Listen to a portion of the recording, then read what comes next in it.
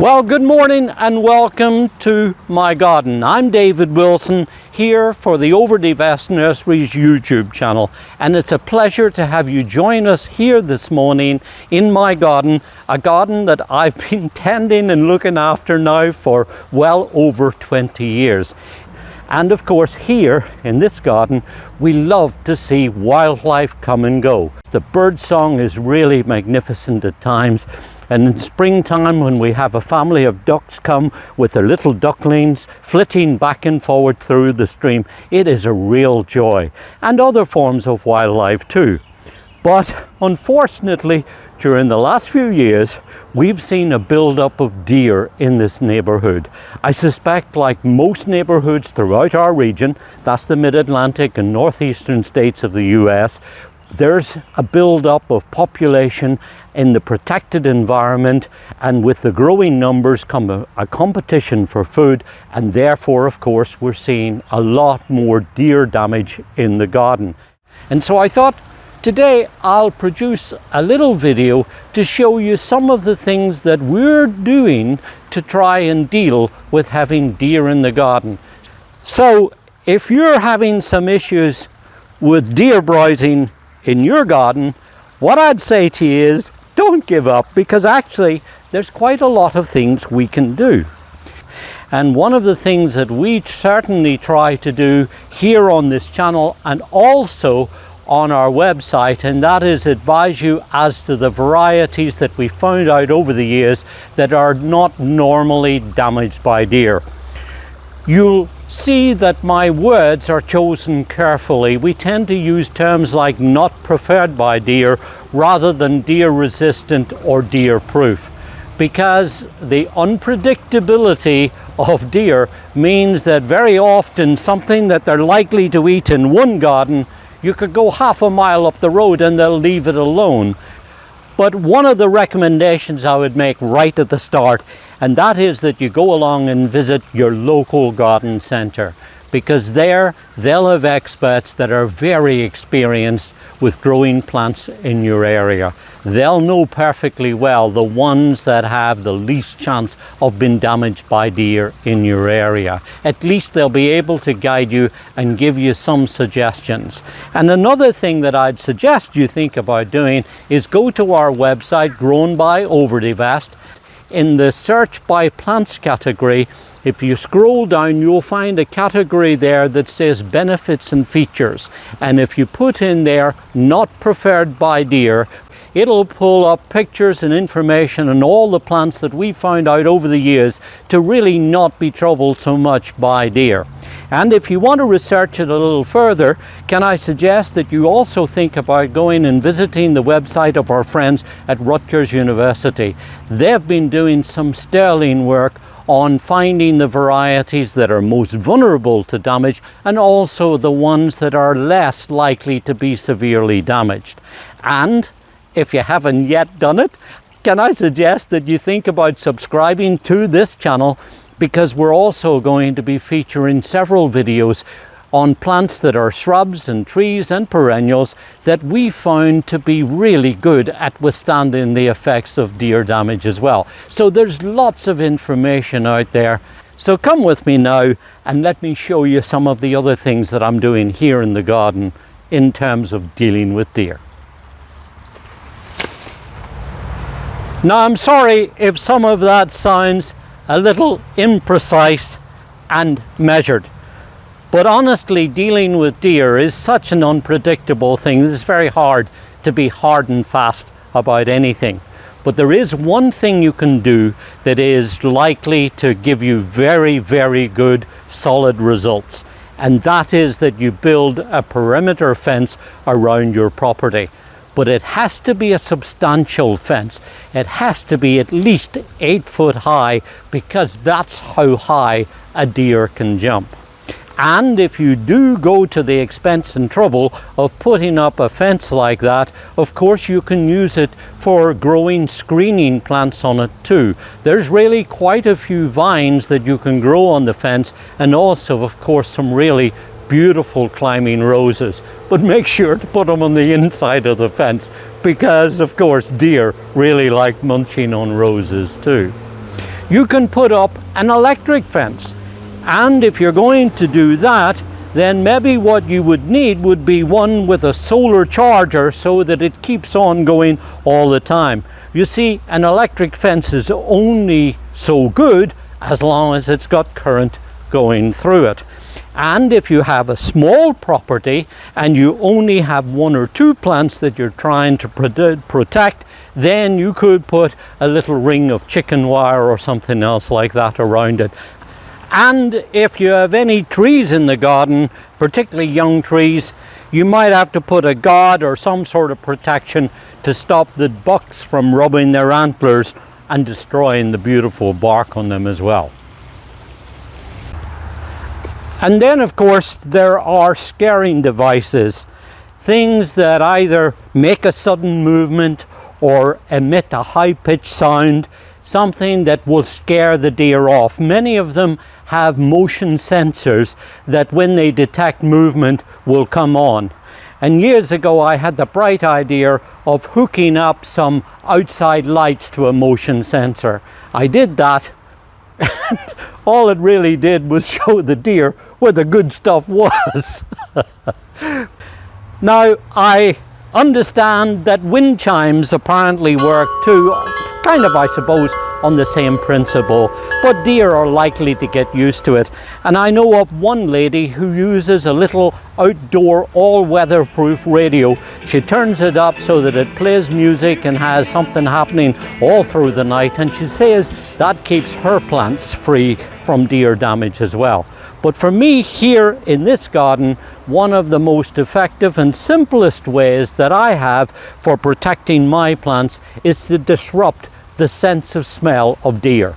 You see, deer, before they eat anything, go along and they sniff and smell it fast. So if you have something that's strongly scented, that will disrupt the membrane in their nose, and therefore they usually leave the plants alone. And if you want to employ something like that, it's important that you get something that's really strongly scented. Now, I know some people who use these fabric softener strips. They really give off a strong smell when they're fresh. And what I sometimes do is roll them into a little folded piece like this and then tie it with string and put it on the plants. The only problem with this is that when it rains, they tend to lose their effectiveness, and also it looks very noticeable because you have to put it in a prominent place at about the height of a nose of a deer, so it tends to be noticeable when you're walking around the garden. And you have to remember to replace these frequently all through the period when the plants need protected. On the other hand, I use quite a lot of this stuff. This is Irish Spring soap. It's got absolutely nothing to do with my origin, much more to do with the strong scent of it. And I find that this really works surprisingly well.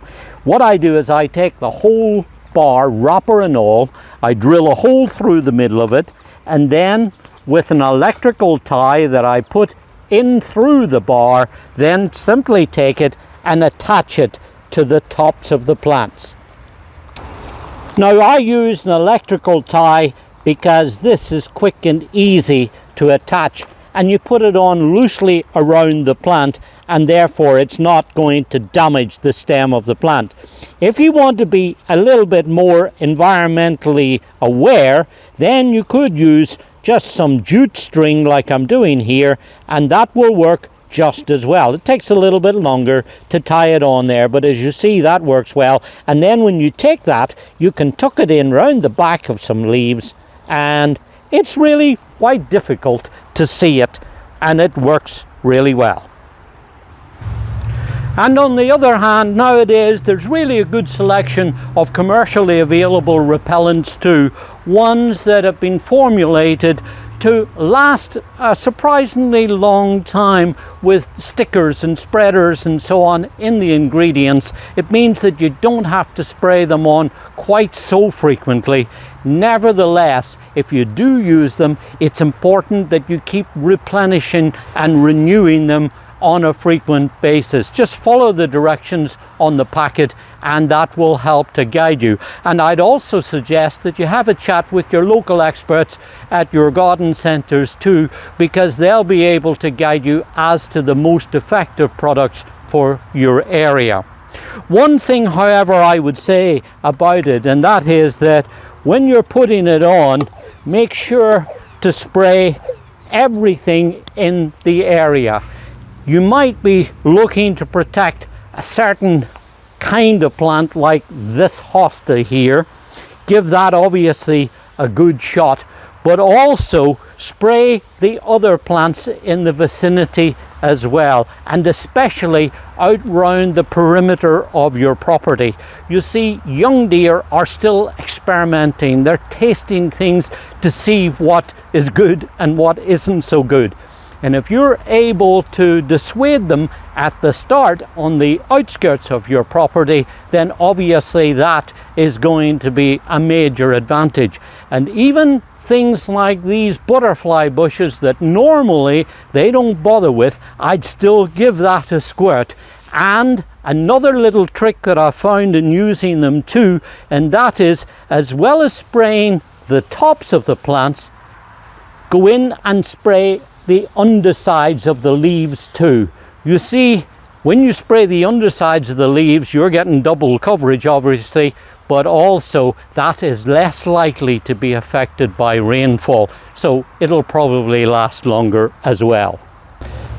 Now, I don't know if you've noticed it yet, but over here there's a rather special variety of hosta that I'm very anxious to protect. So therefore, I'm taking out insurance policy and employing a couple of different methods to protect it. As well as spraying it with the repellent, I also, as you see, have laid down here a bar of the Irish Spring soap complete with the wrapper. And rather than tying it on a perennial, I just lay them in at the bottom of the plant and find that that works pretty good. Now, another approach that I take sometimes with perennials is to attach a bar of soap to a bamboo cane or a metal stake like this one. That gets the bar of soap up closer to deer nose level, but it also helps prevent small mammals and rodents trying to feed on the remains of the lye in older bars of soap. But also, I want you to see this other device that I have here too, and this is fishing line. I use 80-pound strength, so it's really good strong nylon fishing line, and I just stretch it from one pillar to the other right round the area that I'm looking to protect on it.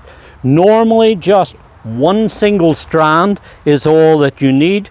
Just stretch it nice and tight like I'm doing here, and then because it's taut like this and is almost invisible, the deer really don't know what to make of it. And sometimes a leaf will come and brush up against it, and that is enough to keep them back off the plants. Now, normally, as I say, just one strand is all that I need. But sometimes, if there's a couple of plants that I really want to protect, I'll put a little extra around them too, just to provide an extra insurance for that. So that's really what I do around the garden. You'll see that there are several areas now that I've had deer issues with, and I use the fishing line extensively. It works really well. The only thing I would say is that just keep an eye on it, because sometimes with the UV light on it, it might get brittle, and if it begins to break, we don't want small animals and birds particularly to get tangled up on it. So if that starts to get brittle, then just wrap it up and dispose of it too, and replace it as well. And if you're taking some preventative measures in your garden, let me give you a little bit of advice, and that is to start out early in the season. Talk about closing the stable door when the horse is bolted. With me, I'm always the optimist. There always seems to be something else to be done, and I'll get to it tomorrow. Well, guess what? About 10 days to 2 weeks ago, a deer came in. She decided one night that she was going to have dinner here on my hosta plants. She beat me to it, and as you see, she ate the top of all of these plants. But in a way, it's kind of fortunate that she's done that, because now I can show you what to do with the plants if this happens in your garden. And of course, it's frustrating to see this happen. A week or 10 days ago, it was the picture of health, and now look, it's all of these stalks. So with a pair of pruners, all we do really is just go in and trim off these old stalks, because as you see here, it's already starting to make new growth. And by trimming off these old stalks, that really then provides room and the stimulus for it to replenish with fresh new growth. And in probably 3 or 4 weeks time, I expect it will be back up and full and looking very attractive again. But of course, we don't want this to happen again. It shouldn't have happened in the first place, that's my fault. But we're going to take some action to help and prevent this happening. And now, as you see, I've repeated this on the bed with my hosta plants. I've stretched the fishing line here and dropped a couple of bars of soap, and that should do the trick from here on in. And as you can see, on the night when that doe came to dinner, she didn't just eat my hostas, she also had a go at some of these roses. She nibbled the young soft growths off the top. I put up the fishing line immediately the next day, and as you see now, it's starting to produce some nice young growth, so she hasn't been back, and it shows that it's working. And I suspect then in another couple of weeks these plants will be fully flushed again and flowering, just like this young plant here is beginning to do. One thing further I would say about using the fishing line, if you have pets in your garden like we have here, our 2 dogs, it's important to set the height of the fishing line so that it's low enough to be able to have the deer see it, but yet high enough for them to be able to pass in and out underneath it without getting tangled up either. But if there's one thing that I've tried that is working remarkably well, at least in this garden, it's this stuff. This is river wash gravel, and when we walk on it with our feet, it's loose and you can hear it crunching underneath your feet. But I remember from my farming days that animals with a cloven hoof, that's deer, but also things like cattle and sheep and pigs, they do not like to walk on this loose, rounded river wash gravel. So putting down a layer of that on your beds obviously gives you a nice effect, cuts down on weeding and so on. But the big benefit, as you can see here from looking at these coneflowers, is that the deer are not touching them. Elsewhere in the garden where I have coneflowers, they've been munching away on the tops of them. But here in this area, they have not gone near them, because they would have to walk on this crunchy gravel to get in at them. And if there's 2 plants the deer really love to eat, it's tulips and lilies. And up here on this bed, there's a batch of lilies, well, in fact 2, that are now almost finished flowering, and they haven't gone near them either, because again, they would have to walk on the gravel to get in at them. So that's certainly something that you might like to try and see if it works in your garden too. So there you are, there's some thoughts, ideas and suggestions and things that you might want to try if you're also having some issues with deer in your garden. And remember, don't rely on any single thing. Rather, if you can, employ a whole combination and keep changing them too. And also, please keep watching this channel, because there's more videos on this subject coming. This is David Wilson. Enjoy your gardening. It's good for us, and it's very good for our environment too.